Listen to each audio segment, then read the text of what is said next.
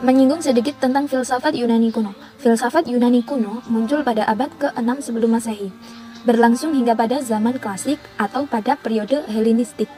Berbagai disiplin ilmu yang termasuk dalam filsafat Yunani kuno ialah politik, etika, metafisika, ontologi, logika, biologi, retorika, dan estetika.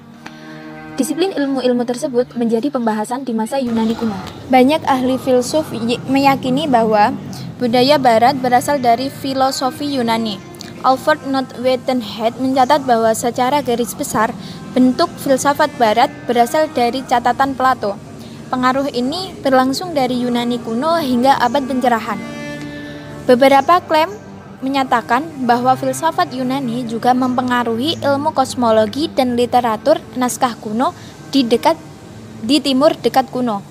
Martin Littlefoot West memberikan klasifikasi bahwa hubungan kosmologi dan teologi Asia membantu para ahli filsuf Yunani dalam memberikan gambaran atau ide dalam mengajarkan ilmu filsafat. Hal tersebut kita sadari sebagai filsafat Yunani atau tradisi filsafat konvensional. Selanjutnya, banyak yang merujuk ke Socrates. Hal ini berlangsung hingga berakhirnya masa Yunani kuno. 3 filsuf besar. Setelah memahami pengertian filsafat melalui kajian tentang apa yang dilakukan oleh para filsuf alam, selanjutnya melalui perkembangan pandangan yang dikemukakan oleh 3 orang yang dianggap sebagai 3 filsuf besar pada masanya, yaitu Socrates, Plato, dan Aristoteles. Yang pertama adalah Socrates. Socrates adalah seorang filsuf Yunani dan ia sangat menaruh perhatian pada manusia dan menginginkan agar manusia itu mampu mengenali dirinya sendiri. Menurutnya, jiwa manusia merupakan asas hidup yang paling dalam. Jadi, jiwa merupakan hakikat manusia yang memiliki arti sebagai penentu kehidupan manusia. Untuk itu, dia menggunakan metode dialektika, yaitu dengan cara melakukan dialog dengan pandangan atau idenya. Dengan demikian, dapat timbul pandangan-pandangannya. Yang kedua yaitu ada Plato. Plato mengungkapkan pendapat bahwa realitas yang mendasar adalah ide. Dia percaya bahwa alam yang kita lihat atau alam empiris yang mengalami perubahan itu bukanlah realitas yang sesungguhnya. Perlu diketahui bahwa Plato meninggalkan lebih dari 30 buah tulisan dalam bentuk sastra yang mengandung keindahan dan kemurnian. Dan yang terakhir yaitu Aristoteles. Aristoteles pernah menjadi murid Plato selama 20 tahun hingga Plato meninggal. Ia suka melakukan perjalanan ke berbagai tempat dan pernah menjadi guru Pangeran Alexander yang kemudian menjadi Raja Alexander yang Agung. Tulisannya yang terkenal ialah tulisan mengenai logika yang disebut analitika. Analitika ini bertujuan mengajukan syarat-syarat yang harus dipenuhi pemikiran yang bermaksud untuk mencapai kebenaran. 3 tokoh yang dikenal dengan sebutan The King of Three, yaitu Socrates, Plato, dan Aristoteles. Ketiga orang inilah yang dianggap berperan besar dalam membentuk pola pikir barat atau Western mind. Socrates menekankan pentingnya argumentasi dan pemikiran kritis dalam berpikir. Plato menekankan perlunya untuk selalu mencari kebenaran dan mempertahankan pemikiran kritis. Sedangkan Aristoteles, murid dari Plato dan guru dari Alexander Agung, mengembangkan pemikiran kategoris, di mana segala sesuatu harus dapat didefinisikan dan dikategorikan. Yang pertama, Socrates. Socrates adalah seorang filosof dengan coraknya sendiri. Ajaran filosofinya tak pernah dituliskannya, melainkan dilakukannya dengan perbuatan, dengan cara hidup. Socrates tidak pernah menuliskan filosofinya. Jika ditilik benar-benar, ia malah tidak mengajarkan filosofi, melainkan hidup berfilosofi. Bagi dia, filosofi bukan isi, bukan hasil, bukan ajaran yang berdasarkan dogma, melainkan fungsi yang hidup. Filosofinya mencari kebenaran. Oleh karena itu, ia mencari kebenaran, ia tidak mengajarkan. Ia bukan ahli pengetahuan, melainkan pemikir. Kebenaran itu tetap dan harus dicari. Tujuan filosofi Socrates ialah mencari kebenaran yang berlaku untuk selama-lamanya. Di sini, berlainan pendapatnya dengan guru-guru sofis yang mengajarkan bahwa semua relatif dan subjektif dan harus dihadapi dengan pendirian yang skeptis. Socrates berpendapat bahwa dalam mencari kebenaran itu, ia tidak pemikir sendiri, melainkan setiap kali berdua dengan orang lain dengan jalan tanya jawab. Orang yang kedua itu tidak dipandangi sebagai lawannya, melainkan sebagai kawanan yang diajak bersama-sama mencari kebenaran. Kebenaran harus lahir dari jiwa kawan bercakap itu sendiri. Ia tidak mengajarkan, melainkan menolong mengeluarkan apa yang tersimpan di dalam jiwa orang. Sebab itu metodenya disebut meiotik. Socrates mencari kebenaran yang tetap dengan tanya jawab sana dan sini, yang kemudian dibulatkan dengan pengertian. Maka jalan yang ditempuhnya ialah metode induksi dan definisi. Kedua-duanya itu bersangkut paut. Induksi yang menjadi metode Socrates ialah mempertimbangkan atau memperbandingkan secara kritis. Ia tidak berusaha mencapai dengan contoh dan persamaan, dan diuji pula dengan saksi dan lawan saksi. Yang kedua adalah Plato. Plato adalah seorang filsuf dan matematikawan Yunani, dan pendiri dari Akademi Platonik di Athena, sekolah tingkat tinggi pertama di dunia barat. Ia adalah murid Socrates. Pemikiran Plato pun banyak dipengaruhi oleh Socrates. Plato adalah guru dari Aristoteles. Karyanya yang paling terkenal ialah Republik, yang di dalamnya berisi uraian garis besar pandangannya pada keadaan ideal. Dia juga menulis hukum, dan banyak dialog di mana Socrates adalah peserta utama.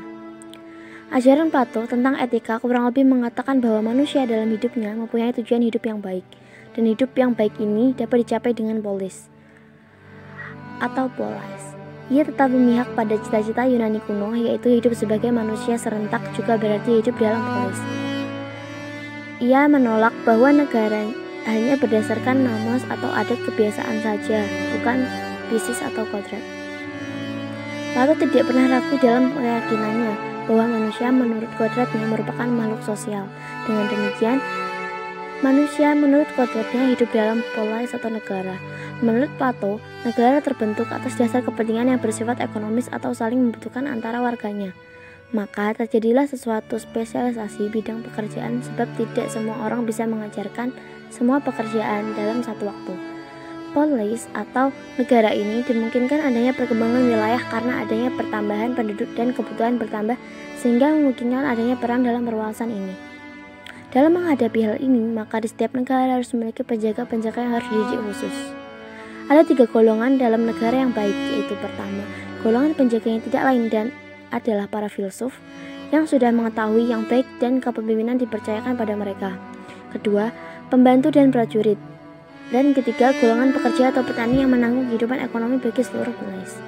Plato tidak begitu mementingkan adanya undang-undang dasar yang bersifat umum, sebab menurutnya keadaan itu terus berubah-ubah dan peraturan itu sulit disamaratakan. Itu semua tergantung pada masyarakat yang ada di polis tersebut. Adapun negara yang diusulkan oleh Plato terbentuk demokrasi dengan monarki. Karena jika hanya monarki, maka akan terlalu banyak kelaliman, dan jika terlalu demokrasi, maka akan terlalu banyak kebebasan. Jika perlu diadakan penggabungan, dan negara ini berdasarkan pada pertanian bukan perdagangan. Hal ini dimaksudkan menghindari nasib yang terjadi. Berikut adalah ciri-ciri karya Plato. Bersifat Sokratik. Dalam karya-karya yang ditulis pada masa mudanya, Plato selalu menampilkan kepribadian dan karangan Socrates sebagai topik utama karangannya. Yang kedua, berbentuk dialog. Hampir semua karya Plato ditulis dalam nada dialog. Dalam surat ke-7, Plato mendapat bahwa pena dan tinta membukukan pemikiran sejati yang ditulis dalam huruf-huruf yang membisu. Oleh karena itu, menurutnya jika pemikiran itu perlu dituliskan, maka yang paling cocok adalah tulisan yang berbentuk dialog. Yang ketiga, adanya mite-mite. Plato menggunakan mite-mite untuk menjelaskan ajarannya yang abstrak dan ada di duniawi. Verhaak menggolongkan tulisan Plato ke dalam karya sastra, bukan ke dalam karya ilmiah yang sistematis, karena 2 ciri yang terakhir yakni dalam tulisannya terkandung mite-mite dan berbentuk dialog. Pandangan Plato tentang ide-ide dunia dan ide-ide dunia indrawi. Idea.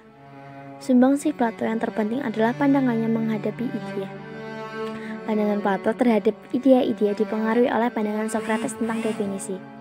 Ide yang dimaksud oleh Plato bukanlah ide yang dimaksud oleh orang modern. Orang-orang modern berpendapat ide adalah gagasan atau tanggapan yang ada di dalam pemikiran saja. Menurut Plato, ide tidak diciptakan oleh pemikiran manusia. Ide tidak tergantung pada pemikiran manusia, melainkan pikiran manusia yang tergantung pada ide.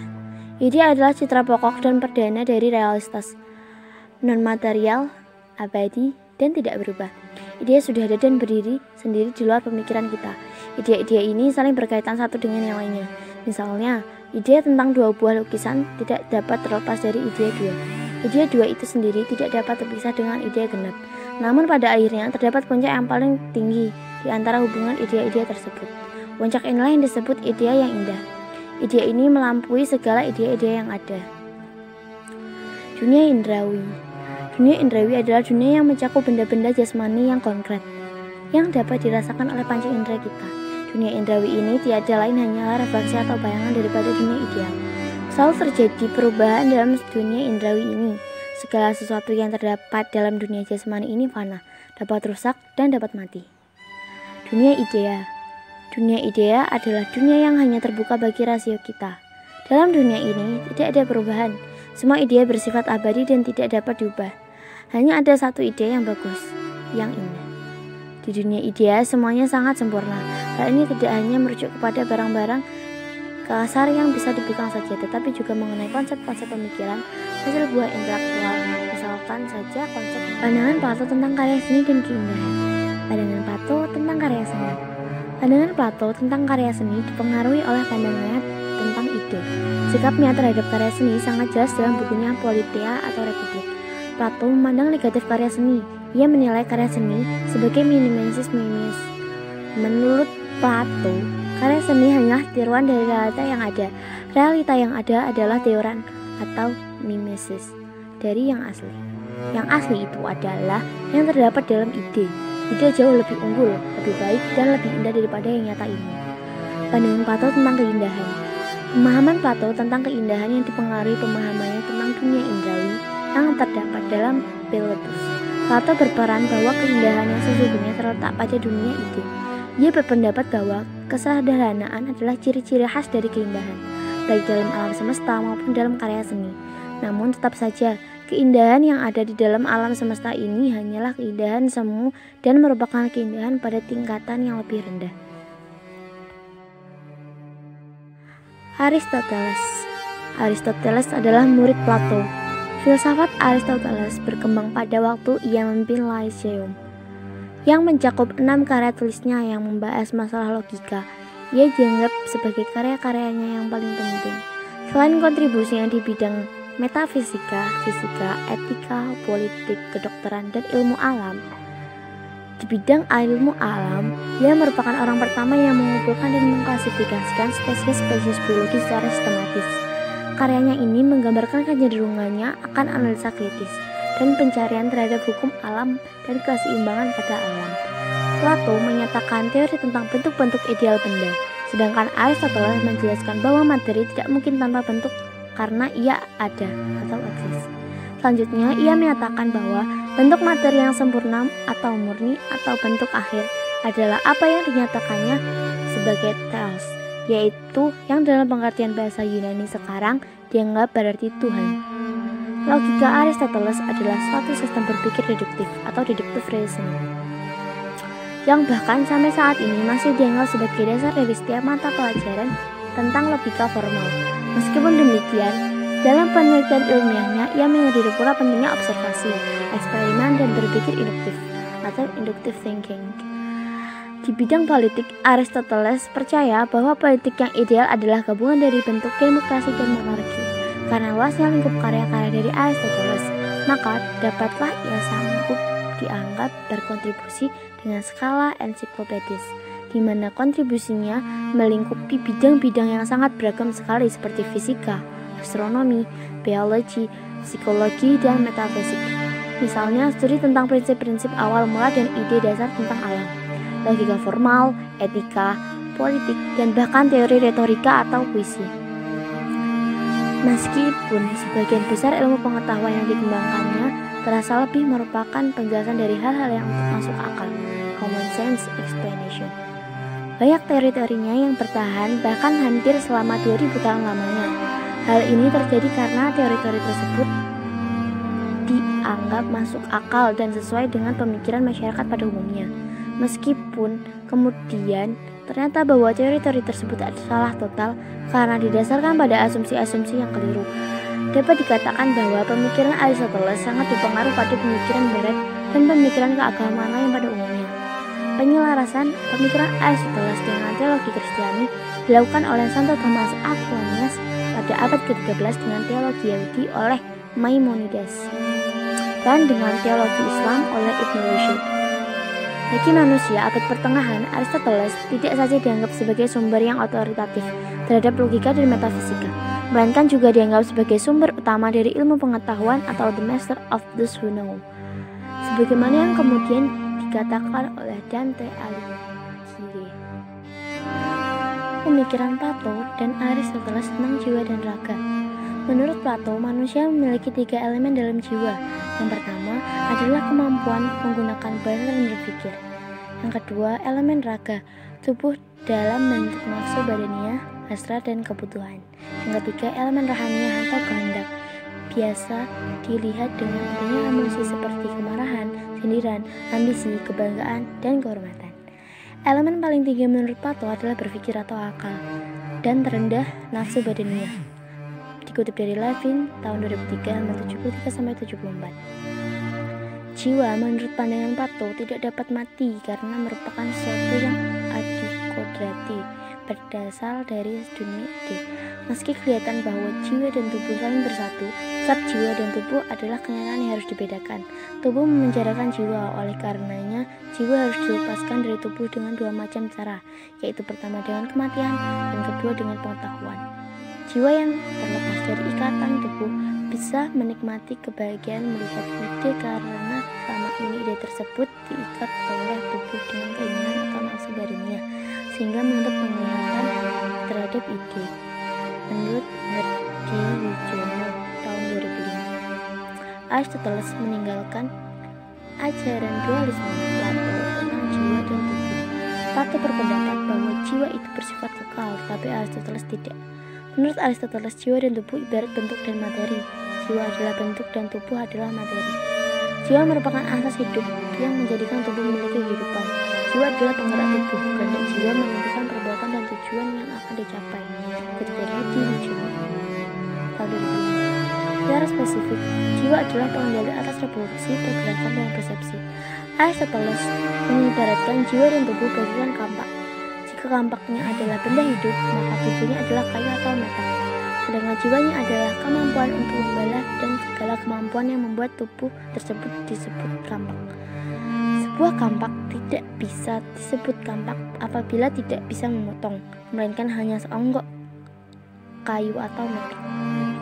Disadari oleh Aristoteles bahwa tubuh bisa mati, dan oleh sebab itu maka jiwanya juga ikut mati. Seperti kampak tadi yang kehilangan kemampuannya, manusia juga demikian ketika mati. Ia akan berpikir kehilangan kemampuan berpikir dan bekerja.